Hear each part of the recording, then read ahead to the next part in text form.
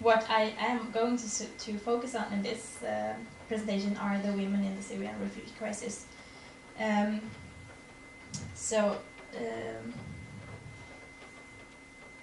an article in Al Jazeera from, I think, March this year, a woman from Damascus tells her story of fleeing Syria. She was pregnant with her fourth child as she crossed the Mediterranean in a rubber boat and later on walked for kilometers. She says, when you are pregnant, this journey is hard. Another woman spoke about going into labor when she fled through Turkey, later crossing the Mediterranean with a newborn child. There are numerous stories like this, of course, because recently the percentage of women among refugees has increased dramatically. Last summer, the share of women was roughly 1/4. As of now, 55% of the refugees are women, according to UNHCR estimates.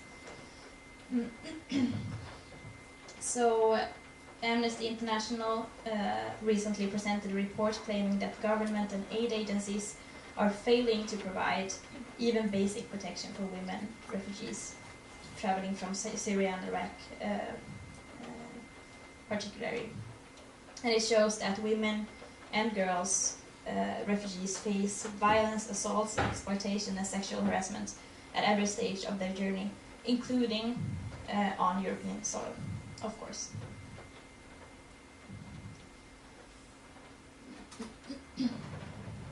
This is a quote from a joint field assessment by the UNHCR, UNFPA, and the Women's Refugee Commission. I've written 2015, but I think it's from this year. However, it's rather new. They say that single women traveling alone or with children, pregnant and lactating women, adolescent girls, unaccompanied children, early married children, sometimes themselves with newborn babies, persons with disabilities, and elderly men and women are among those who are particularly at risk and require a coordinated and effective protection response. Also, Tirana Hassan from Amnesty International says that these women and their children have fled some of the world's most dangerous areas, and it is shameful that they are still at risk on European soil. So, according to this report from the UNHCR,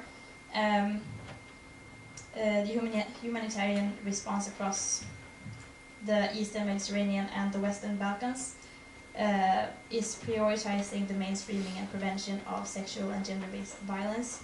However, the capacity and response depends largely on individual countries' possibilities to really address this and to take appropriate actions, which obviously is not happening. So Amnesty International also had a report on the situation of women refugees, interviewing 40 women in Northern Europe fleeing Syria mainly. And they all said that they had felt unsafe during their flights. Many said that in almost all of the country they passed through, they had experienced physical abuse and financial exploitation, being groped or pressured to have sex by smugglers, security staff, or other migrants.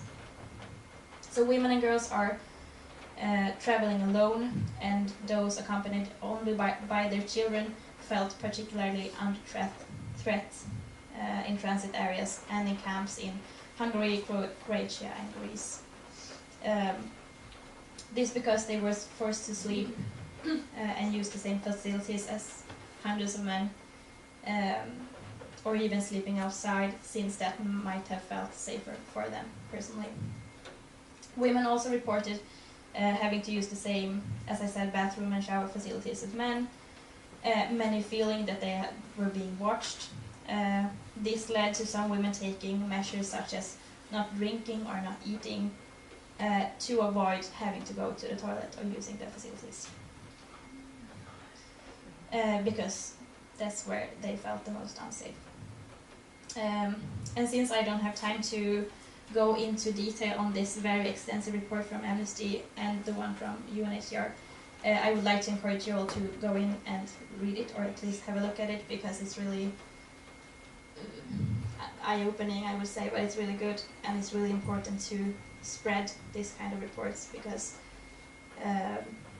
the situation of women refugees is often very, very different from the situation of male refugees, and also the response to meet these women has been lacking. However, among additional testimonies from the women refugees, there are lack of health care, being sexually exploited by smugglers and others, as I said, harassment, living in constant fear, violence by police and other authority, and also the conditions in the transit camps. I am summing up with the recommendations in the UNHCR's report. We won't have time to really discuss them now, but I can encourage you all to come to the workshop by WILP or IKFF in room, I don't know what it said, 325. We have the workshop on war and refugees, focusing on, of course, female or women refugees. Because maybe these recommendations from the UNHCR is something that we could discuss more in depth there. Yes, so this was a very, very brief look on the situation of refugee women in and from Syria. That's all for me. Now we'll have some coffee, I think.